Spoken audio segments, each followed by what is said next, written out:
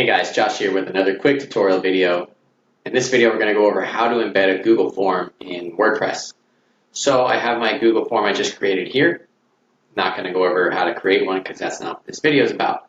Click up here on the send button, click on the HTML tags, hit copy, then go over here to WordPress on your website.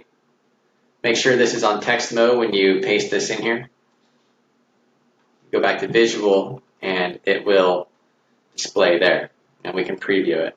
If you're using a form or a builder of some kind like the DV builder like I got here or the Beaver builder or Elementor, whatever it is, pretty much all of them have the option to find a code box, to use a code box. So you can just click on that and click code and then you can paste that in there. I had to hit Control V instead of the right click. So if you're on a Mac, use Command V.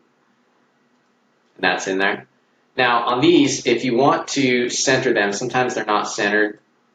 Just got to go up here to Design, Text, Text Alignment, and that'll fix it. Then you can preview that. This one over here looks good.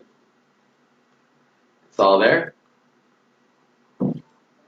And this one right here looks good as well. All right, so hope that helps.